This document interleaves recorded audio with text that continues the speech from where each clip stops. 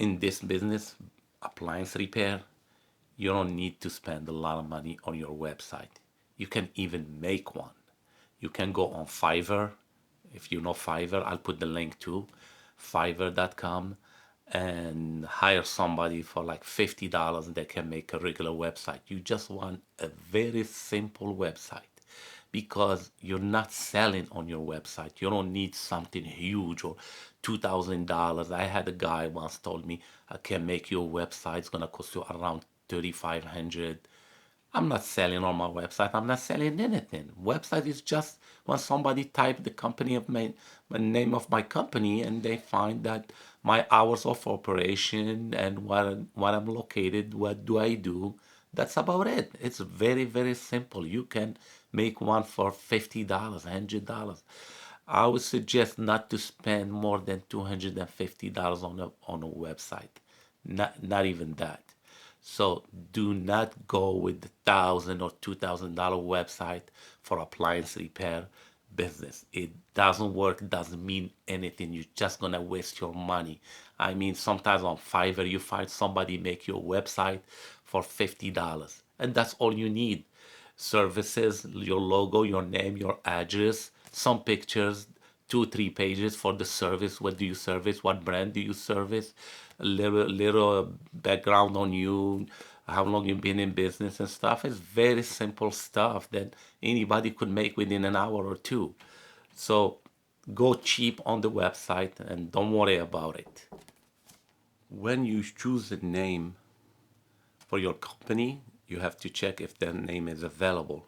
You can go on GoDaddy.com and check see if that name exists. For example, abc.appliancerepair.com, and on GoDaddy it'll tell you if it's available or it's taken. So I put the link to GoDaddy.com. Another thing, you're gonna be a corporation, and when you're gonna do your paperwork for the corporation, for your license, they're gonna ask you to get the DBA, doing business as. A corporation does not need a DBA, doing business as. So don't get that, and then it's fine, because if you try to get it, you won't be able because you are a corporation. So do not get the DBA if you are a corporation, and that's what you want to be, a corporation. It's an S corp. That's how my accountant explained it to me. If you want to use my accountant, I told you I left the number and everything to him. So S corporation does not need the DBA. When you start making money, let's say now you have a small car that you use, yours is your personal car and it's the business basically car. You are using it until you make enough money to buy a van or rent a van or lease a van or whatever. So when you get a van, it's the best. First of all, it's more professional.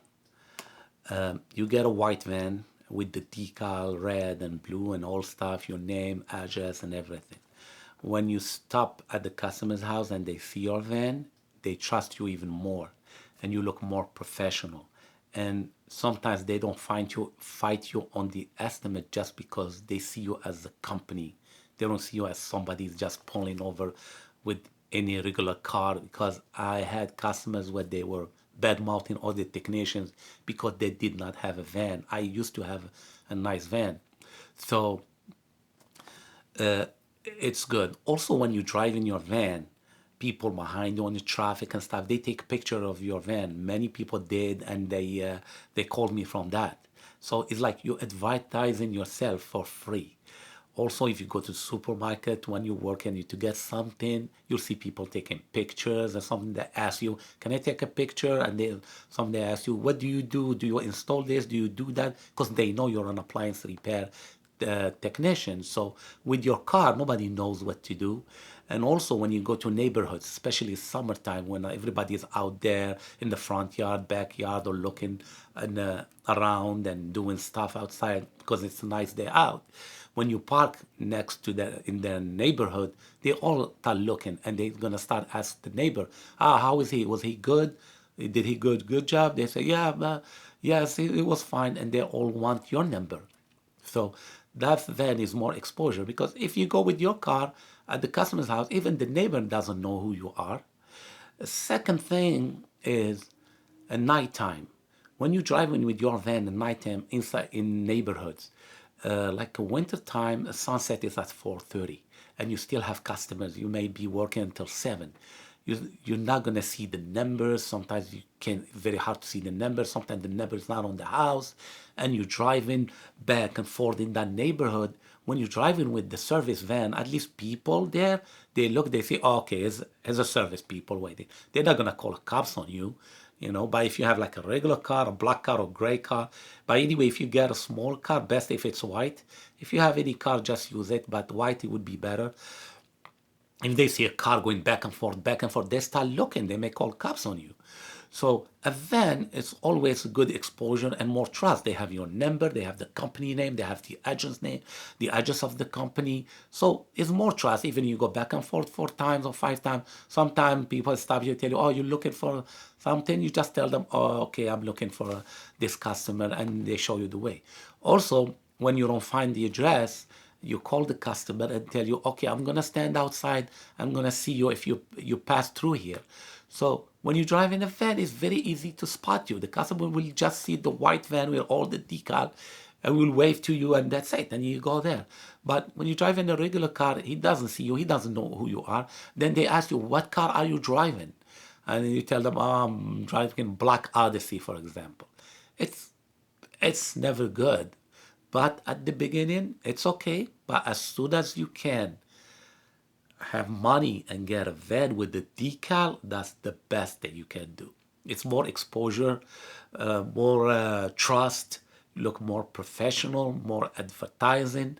So it's always good. Also, the parts, you can put all your parts and tools in there.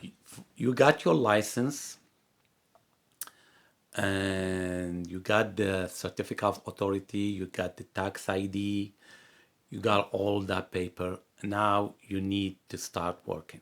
Before you do that, you have to have an accountant.